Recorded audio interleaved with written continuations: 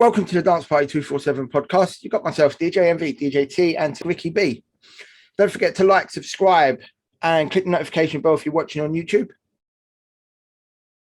I can tell you there's one thing that almost every DJ does on Dance Party, and that's the rewind function. So just before you start, your mix ends and you go like this. Now, spin back. Spin. What was it? What was it? That guy called it? Spin the disco. Shoot the disco. Shoot the disco. No, because the problem that I have is that it on vinyl, that is just amazing sounding. It just doesn't have the same sound than new mixes. It doesn't work digital, isn't it? I mean, you can't get a better spin the disco than on vinyl. I must admit I haven't particularly heard it on a 3000. Not that I would know, because again, sometimes the mixes you hear, they're not always done spin backs now. But the Nexus 2000 Mark II, pretty good. And then you put it basically so there's no resistance at all, and it only works when you're doing it fast. By the way, yeah, it's not like a slow one, like the whoop whoop whoop whoop. But if you just did it one hell and it goes, whoop, that's a good sound. But again, it's digitized. It doesn't sound like it's literally a physical going backwards. There's way too much treble in it. With vinyl, when you do the spin back, there's a lot of bass in it, and it actually sounds much more natural. That's what I typically find. You need to EQ it. So if I'm doing a spin back, I'll even take the bass out of it as well, to the bass and a bit at the top, and then spin it back. That's how I do it. It's just extra work. I mean, there's so many reasons why I prefer vinyl. I just think the sound is better, the quality is better. You can't beat vinyl sound quality anyway. That little bit of crackling. But the thing with vinyl is, to buy all the tracks that I download would cost me thousands. Agreed. Yeah, it's cheaper, modern, but it doesn't sound as good. No, but you have to. So if you're going to DJ in a club, this is what we've been doing, isn't it? You have to have what they have, or the equivalent. So if you're going to go into a club now, you very rarely, unless it's special order, will find a set of vinyl decks. Just won't see them. Yeah, but why do you think I have a controller? Because I know this. Because when I first started DJing again, I thought to myself, I can't just do vinyl because I'm going to struggle. Yeah, so I've got myself a controller, so that's why I have it. Vinyl, I suppose. I mean, if you look at, I know we keep mentioning one, and he keeps refusing, and we have. I'm saying this right down the lens. We have actually asked Carl Cox to come on the podcast. We have, because Envy made me write an email to him, and his people never got back in touch. So we're still waiting for a reply. Yeah, listen, Carl Cox is a legend. I absolutely love the guy. He is a DJing legend. Get EZ. He's cool as well. Yeah, I like EZ. Try and get him. In lockdown, he was doing a lot of vinyl sessions. Now, obviously, when he plays out, he plays on Pioneer equipment. He's done all sorts over the years: Tractor, Pioneer equipment. He can put his hand to anything, absolutely anything. His setup at home is 4 decks of Nexus 2s, which will now be the 3000s. I guess I haven't seen any live streams of his for a while, because obviously he doesn't do as much now, because back DJing around the world again. But during lockdown, or one of the lockdowns, or the many lockdowns, that he was doing Cabin Fever, which is just pure, and he wasn't even mixing it. He was just playing it. Just playing it, and then he did a completely different setup on the side. He's always got a whole just vinyl decks. It's not what he would do when he was doing his charity streams or Beatport streams or whatever, which is full on. It was a completely different setup to the side, just sitting there and enjoying this. It was soul music. I think he was playing a lot of it, wasn't it? Yeah, it weren't what you would call dance music. It was a lot more laid back, and what he was doing, which I thought was brilliant. He'd play the track, he'd talk over it a little bit, explain what the track was about, what year it was made, and give you a bit of info on it. Yeah, that's what I found. But that's almost where it kind of is now. It's your own personal use for yourself to put that into commercial environment. Is that, what? In reality, the hassle of actually doing that now, to get decks in there, or to get them brought in, or bring all your vinyl in, it's a lot of grief. People are going to have to pay a premium. So if Ricky says, right, okay, you're going to do that, and you're going to get paid exactly the same as the guy next to you who's got a USB, You know what I mean? You have to get your equipment pat tested. You have to bring it in, the hassle, the load, the unload, you know what I mean? All that kind of stuff. To the sound test, you got to be there earlier because you got to check that everything's okay. Or you just rock up with your USB stick and off you go on the controller or Dex or whatever they've got. Is that, do you have to pay a premium now in reality? And we've said that with the DJ tutor, is that if you're going to have an old school night done on vinyl is that unique thing now, isn't it? Because an old school night is just done on CDs. But, well, not CDs, but MP3s. But if you did it on vinyl, you added more to that night, aren't you? More authenticity to the night. It's not that's that, how it's played back in the day. It's your skill level as well, isn't it? But again, you'd expect to be pay a premium for that. Yeah, of course. I can tell you now that on YouTube, I can generally tell which DJs have used vinyl in the past and which ones haven't, based on how they DJ.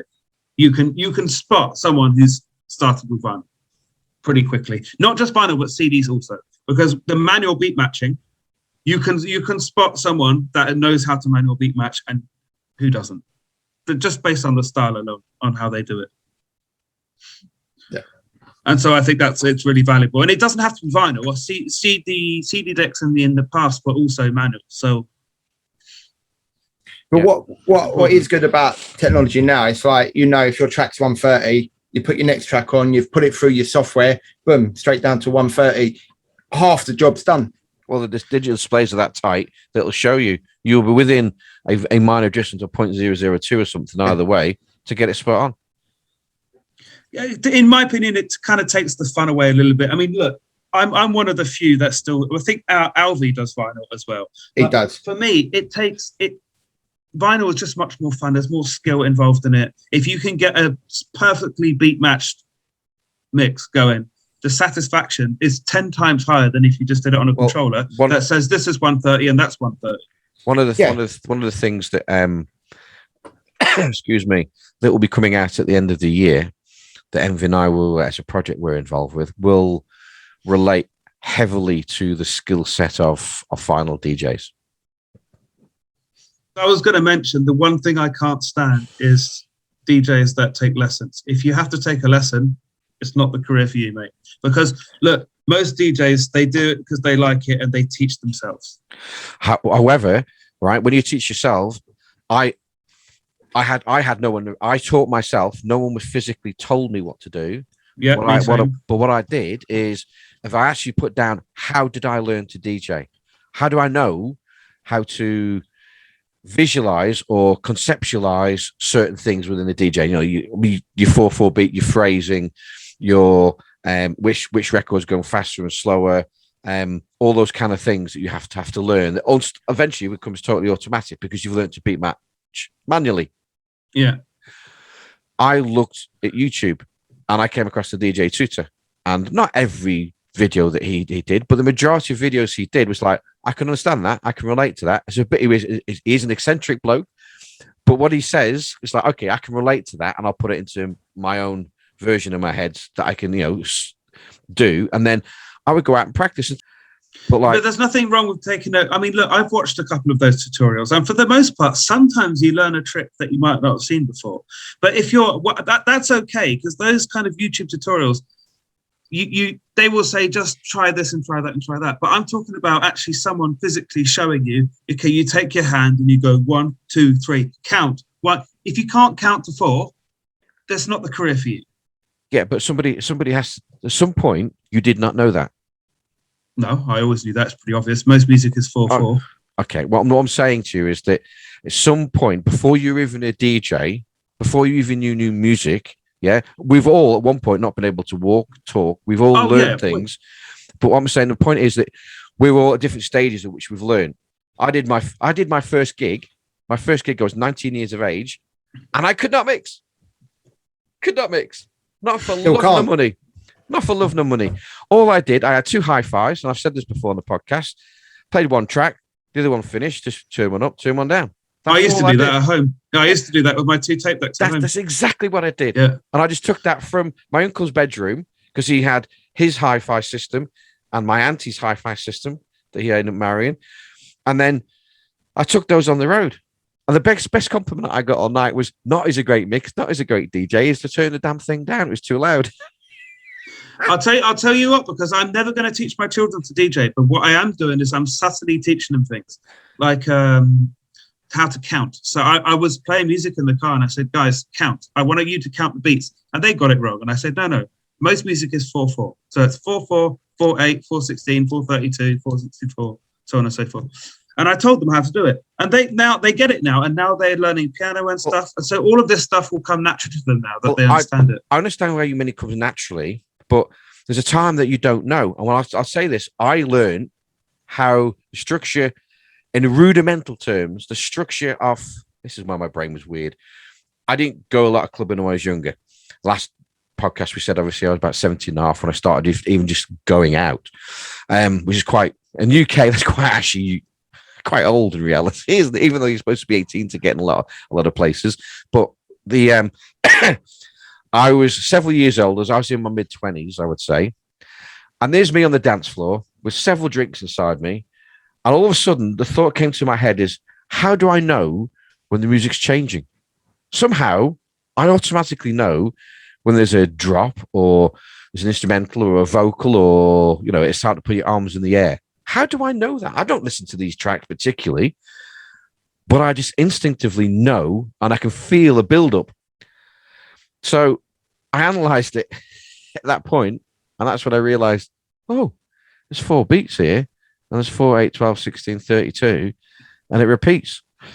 This is me dancing when I've had a few drinks in me, on a nightclub floor going, how do I know how to dance and rhythm and do all these kind of things at the same time? It never occurred to me because I just did it, but I never actually understood why I did it. And that then was obviously, I took that lesson years later and obviously put into DJ, but I didn't understand the rhythm of music. I can tell you something on similar lines, because before I actually started investigating how DJing works in my own time, I never quite understood how it works, because my cousin used to DJ techno in Belgium. He's Belgian. He interviewed Bob Marley, which is an interesting fact for another day. But he used to DJ on radio back in the day, techno stuff, and he had a pair of Technics 1210s, which he should have given to me, but he didn't. And I didn't know back then how it worked. So I used to think that you didn't beat match. I used to think that you just completely removed the beat out of one. That you had a little button that would say remove beat. EQ it out. I didn't, because I was quite young. I mean, I would have been 8 or 9 or something, but that's how I thought it worked back then. And then I realized, no, you just have to match the beats. Because, so I do know what you mean.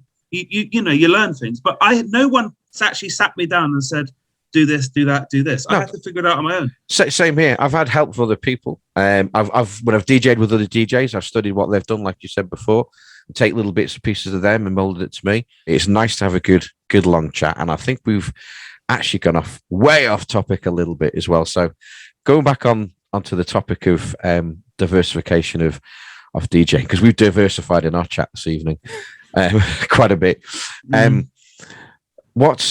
What do you think the advantages are and disadvantages are of doing that, Envy? Of playing multi-genre? Yeah, for some people it'd be a disadvantage to do multi-genre, and some people it'd be a great advantage to do it. When I first started DJing, all I used to play was garage because I loved it. Absolutely adored it. That's all I would play. But that's all you would really hear if you went out clubbing in Essex was garage. You wouldn't go out in your house. It just weren't around. It was just London and Essex was just garage. That's all it was. Better days. And you kind of, when you go out and that's what you hear, and that's what you grew up on because of my age, that's what I grew up on as I was going out clubbing. And it weren't until I met a guy called Man Like Jez back in the day on Fat Beats. He was the home studio manager. He introduced me to electro, and it's like, I like this. And then you start buying your back then you start buying your vinyl, and I just think it makes you a better DJ, and especially now it keeps it fresh because there's so much crap that's released. Let's be honest, there's a lot of that's released because people just bang out tunes left, right, and center, constantly just banging out the same crap. I was downloading yesterday, and I think I downloaded 41 tracks, and I must have listened to over 300 just to get 41 tracks because there's just so much rubbish in there. I know what I think is rubbish, someone else might find good. I'm not disputing that, but I think if you want to keep things fresh, you've got to be open to playing other genres of music now, because there's just so much rubbish coming out. Mr. RikkiB, what do you think the highs and lows and pitfalls are of being diversified? I mean, no, I agree with that, because I mean, my primary genre is garage. It's not exactly a genre that's alive. So I do have to, sorry, Destiny, but again, I do. So for that reason, I did have to diversify myself. So I mean, I can also multi-genre if I want to. It's just on Dance Party, there's only 2 garage DJs, and it's me and Destiny. So I primarily stick to garage. But I can. I mean, I think I've done a couple of drum and bass / jungle sets. So it's. I actually think it's important. I think it helps DJs grow and learn. Mm-hmm. If you stick to the same genre your whole life, you're not ever going to grow or learn, because different genres are done in different ways. Music evolves and grows, and you need to keep up with the times. That you know what? Yeah. My view on it. Those last words, it keeps you current, is the word I would use, because otherwise you end up being, we all get older and there's new DJs coming along and we go like, bounce. What the heck is bounce? And I go, it's like, first of all, it's like, when I'm saying that, I go, you old person. I won't swear. Yeah. Because that's what somebody be going when they see me go, bounce. But that's the genre as it is now. They come along, and it's like, okay, that's what they play. We will all, in reality, when we have our total choice and we're streaming, we'll play what we want, what we love, what we'll do, what we're maybe going to do in a couple of weeks' time. We got a live gig coming up, and we may sort of experiment a little bit or whatever. But fundamentally, no one's telling us what to do, because it's totally up to ourselves. When you go DJ in the live world, is you being given a prerequisite by the gig or the owner or the promoter or whatever it is what you can play and what you won't be playing. So if you go into a bar, for example, unfortunately, we've probably got a gig that's going to be cancelled. Nothing through to ourselves, but we're going to have to rearrange it. It's a bar gig, so it's going to play completely different kind of music than it is in a club. Completely different. I'm going to be playing bounce on that night. Right.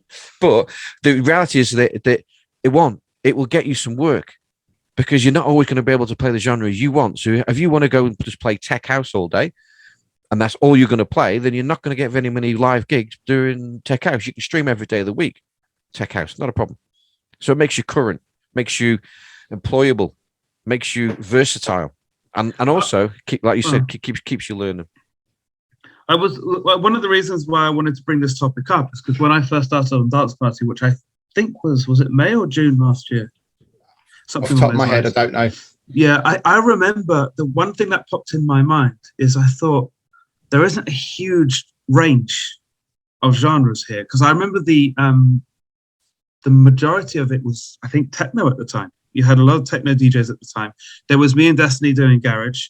You had Wongy doing tech house. Envy was doing this, that, the other, depending on the week. But for the most part, it was mostly techno. And I remember thinking it's a bit of a shame. Now, after I took my break and came back, you've now got Jigga, which I think does reggaeton, and he does a bit of everything. Jigga, I've heard him play house, reggae, hip hop. Yeah, and for me, that was a great. It's not really my type of thing, right? That kind of music, but it was great to see, because I thought that's the one thing that Dance Party needed, was that little bit of. Drex does the same. Drex plays all sorts of, and he's probably now the DJ's on the most, because he's like, any slots tonight, mate. It's like, it always reminds me when he pops up, he's got, in my mind, when I see what he's saying, is you got any sets tonight? It's all I'm seeing is, you got any jungling, mate? That's all I see when he pops up, because literally, do another set. I can't do it tonight because I've got a gig, so I'm going to do the rest of the next five days on the trot. He loves it. He is very hands-on, isn't he? He was on tonight at 10 o'clock. But again, it shows you the diversity that somebody like him could go into from house into R&B, into hip hop, into pop, and do remixes and just move from genre to genre to genre to genre smoothly, or can progress from like 110 BPM and finish on 130, 140 BPM in the whole set because he progressed through the genres to do it. That's a skill. And also, he's got the ability to scratch, which eludes me. I can't do it. I can't do that. But if you've got those skill sets and you're basically you call it open format, isn't it? You can play any genre. But yes, we all need to be more diversified. But you know what you know what I mean though, because last year there was much less genres in the range. I mean, now with those two guys, Drex and is it nine shots. He will do everything from dancehall through the house. Yep. Yeah, and so it was for me. It was so great to hear that because I thought that, and also from a radio perspective, you need that because it will actually bring potentially other people there as well. So I actually thought that was great, and that's why I also think what's missing, and the one genre that I saw was missing was bassline. So I did go on a little mission to find a bassline DJ. And she starts next Tuesday. Yeah, but she's not predominantly bassline. But the fact that she can do it, I thought was quite important because it means that's another genre on the list. Yeah, she does techno and bassline, I believe, wasn't it, T? And house. She mentioned about 4 or 5 different genres. So, but the sounds of it, when a DJ will just reel off those multiple genres, it means that every week or every other so often it's going to change up because she'll change it naturally. Yeah, and I was quite impressed with her actually because she's quite young and she only started DJing in 2020. And I thought, fair play to her. You know, she's not been doing it for very long. She's pretty good at what she does. And yeah, so I just asked her if she wanted, and yeah, she said yeah. So I thought that was quite a good find actually. Okay. Yeah, and I actually thought it would be good for her and for Dance Party. I thought it would be a good partnership. I'll ask her. Go on. Sorry. We've also got another DJ starting February next week, I believe. He does tech house and drum and bass. Get his name right. Nice. Get his name right. What was his name? Crap. That's a funny name. Callum is his real name. Skinny Cal, isn't it? DJ Skinny Cal. There you go. That's a funny one. It's in the book. Oh crap. But see, that makes me happy because again, drum and bass is a genre that's lacking at the moment. Because my drum and bass is very dated. I do 90s drum and bass. So, if he does modern, great. I think it's going to be liquid drum and bass. Along them lines. Talking about that, Envy is supposed to be doing 90s pop tomorrow, which he hasn't got any tunes downloaded yet. And I, on my show tomorrow, RikkiB, will be doing dubstep. Oh God! No offense, I will not tune in for that. I'll tell you for why. That's an insult to garage music. I'll tell you for why is because Sam Saint, in a moment of boredom, decided give me a load of genres, then went on Google, did a randomizer, and then says that's what we're going to play out. Oh God, it's awful. It's honestly, I've always considered dubstep to be UK garage's most embarrassing outcome. You reckon? I don't know what I don't know the actual orange of or. No, it's an evolution of garage. It's garage form. I thought because it's only half time drum and bass, isn't it? So I thought it was because for me, I like the dirty stuff, which is like the electro and half time drum and bass. 70 BPM and no, I had to look it up because I thought it was also an evolution of drum and bass, but it's not. I looked it up and it's garage, unfortunately, and it makes me feel like this. Because I can't stand it. It sounds like two robots having sex, and that's I like the dirty bit because of the electro element. Back in the day, dubstep became very very popular, got into UK charts, and then what happened is that it ended up being in a breakdown in the middle of dance tracks or pop tracks. There'd be instead of just a breakdown, there'd be a dubstep bit, and now. You hardly hear it. Oh, I know. I remember. Dubstep is an evolution of breakbeat. Is it breakbeat? Because breakbeat does sound very dubsteppy, and dubstep I think is an evolution of breakbeat. And breakbeat, of course, is a form of garage, so they're all related. It's like saying we're all brothers and sisters, and you go back in time, we'll all go back far enough. We're all related. We're talking about what we're going to play tomorrow. I'm gonna be playing dance pop. Yeah, dance pop. Naughty's dance pop. I don't know if it'd be naughty's. You gotta find it first of all. Gonna find some of it. I found someone. It's a mix upload. Yeah, but I don't know, mate. It's going to Is be this like Whitfield and stuff, like Saturday Night Dance, that type of stuff? He hasn't even listened to it. He doesn't even know what it sounds like. Okay, that's what comes to my mind. Yeah. What it was, Ricky, is like, if Sam just said, just give us some genres and go like, oh, I don't know, this, and but no, give me some other ones. I was like, no. Well, ones that you would consider, and we were like, oh, we can go on Mix Upload, and there's a load of genres on Mix Upload because I didn't know there's about 7 or 8 different types. I know there's liquid and a D&B, but there's like 7 different types of stuff I've never heard of in terms of the subgenres. So D&B, here we go. We got 1, 2, 3, 4, 5, 6, 7, 8, 9, 10 different variations of D&B. I mean, you've even got here, you got Tech Step, Deep D&B. What's that? I don't know. You got Soulful D&B Mainstream, Jungle Old School D&B. So that would be like your old school stuff, your classic thingy. You got Reggae Jungle. You got Drum Beat Future Beats and Hard Step Crossbreed, and then Dark Step. I'm not kidding you. Because all I ever knew was just Jump Up and Liquid. Back in my day, that's how I remember it was. With dubstep, you got 1, 2, 3, 4, 5. You got melodic dubstep. Yeah, well, again, there was. I don't know. I haven't listened to it myself, so I don't know whether the evolution's gone. That what I'll play. If it'd be that, and if it is melodic, everybody's going to sleep. Wouldn't on my set tomorrow. So what's the difference between dubstep and trap? Because I can tell you that I much prefer trap to dubstep. Trap is.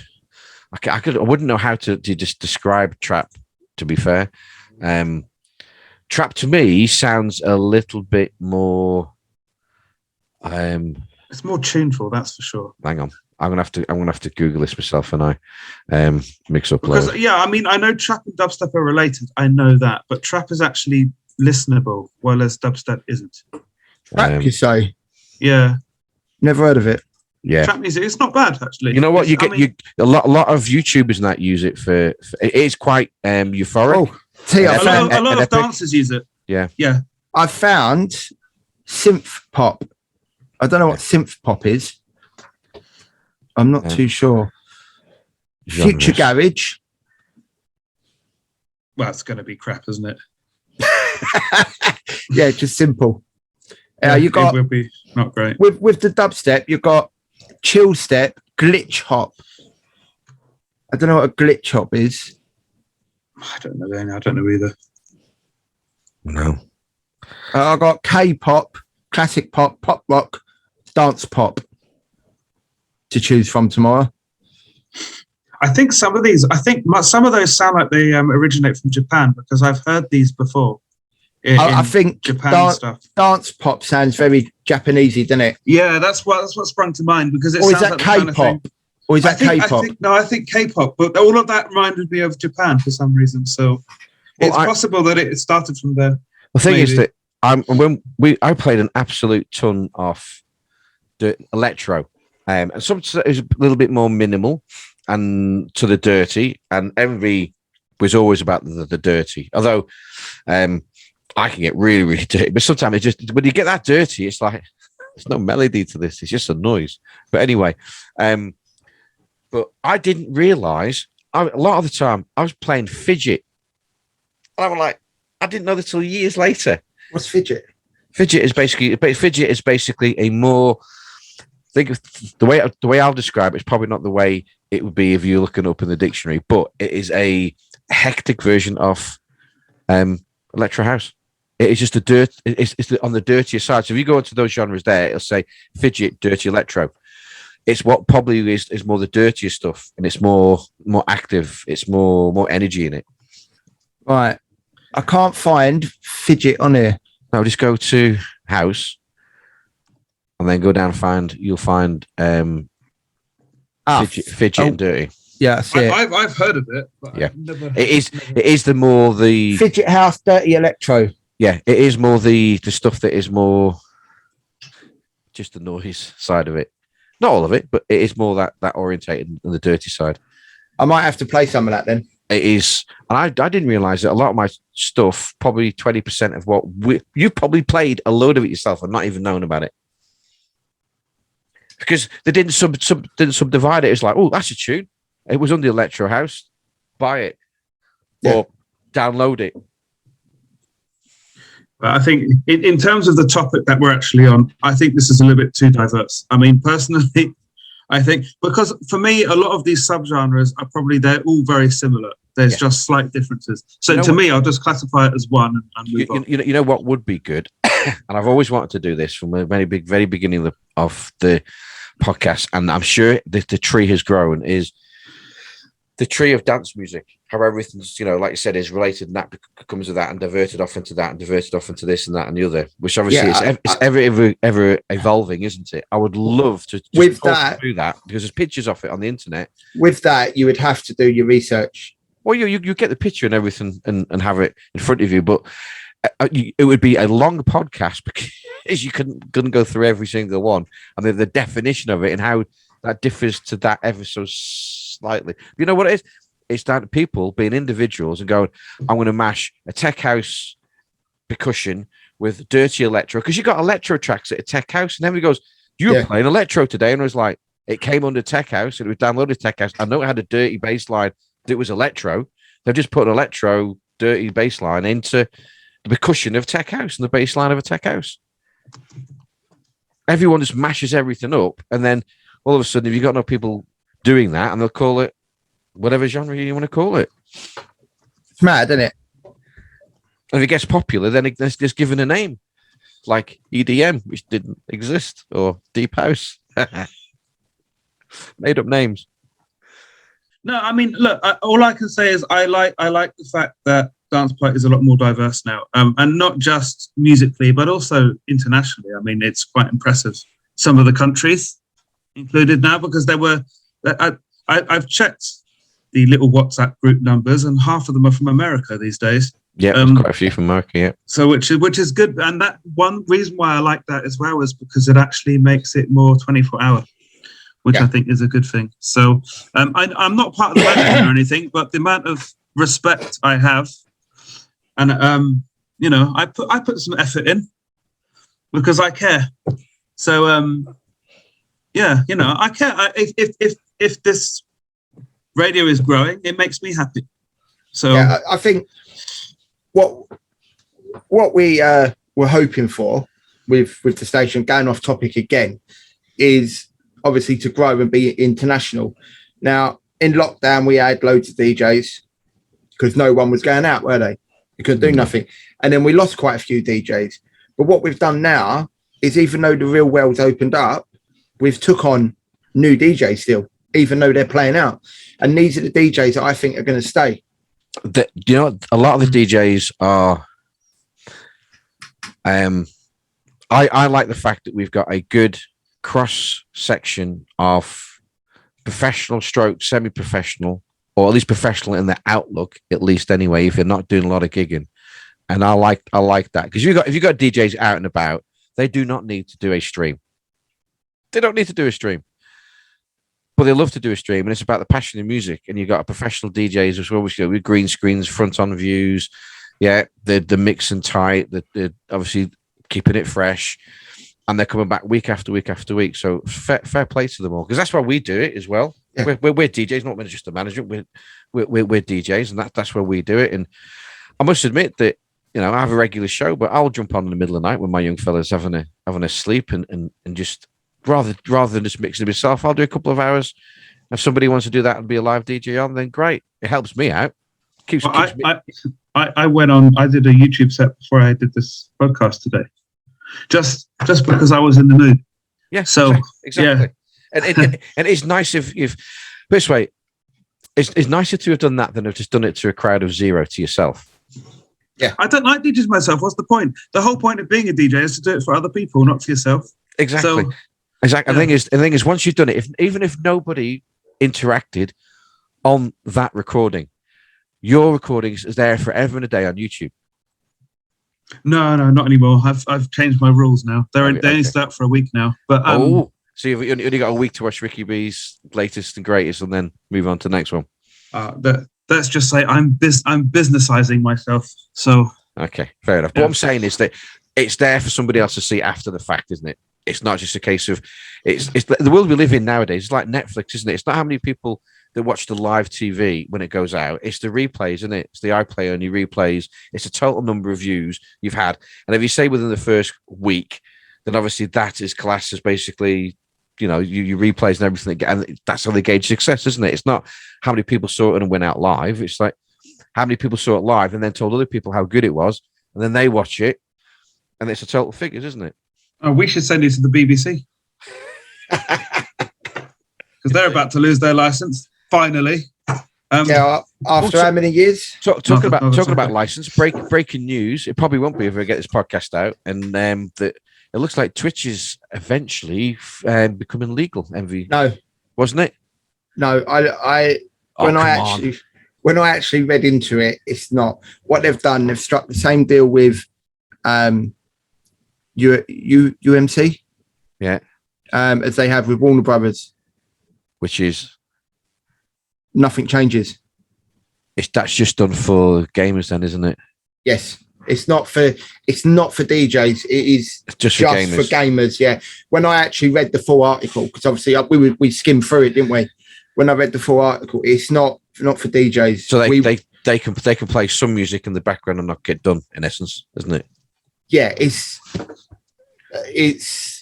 solely for background noise. Yeah. If we went on and left our recordings up, we'd get done. Yeah. That is kind of breaking news, because what they should have been doing was saying, let's put a license in, let's put a DJ platform on there, let's charge them £10 a month. Well, that's what Twitch is, where the biggest collection of DJs in the world that stream is on Twitch. Yeah. I stream there as well. Okay, I'll rephrase that. I wouldn't know for sure because I don't know the actual figures. It's between Facebook and Twitch, but I'll give you this much, and I'll probably be controversial to this, that you'll find that DJs on Twitch are a better caliber than the average DJ on Facebook.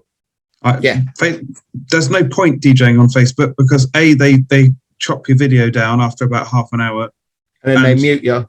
Yeah, it's pointless. Yeah. I much prefer Twitch because it's more. And actually, Twitter, you can actually stream almost entirely uninterrupted on Twitter now. Did you know that? No. Oh, I do that. I stream on Twitter. Okay, all right. That's something we can look into.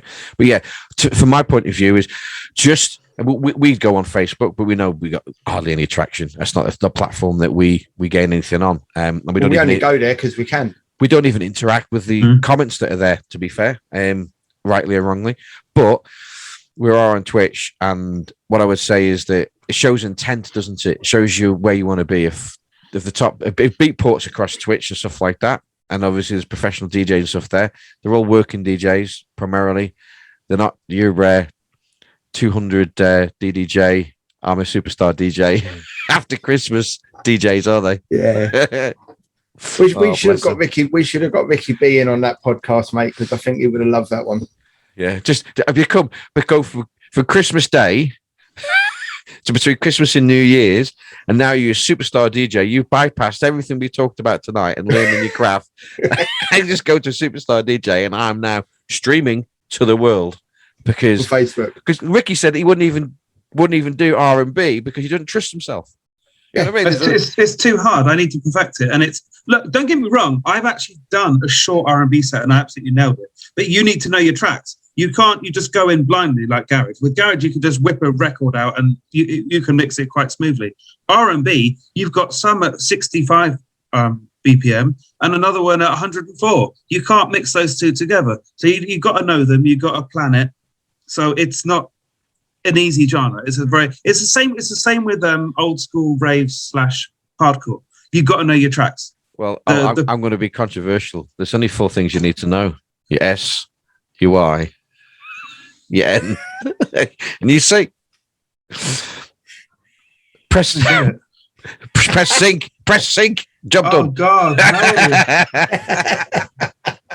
No. It's late in the day, Ricky. I don't even find it funny. I find that offensive in every shape of the word. That button should be illegal.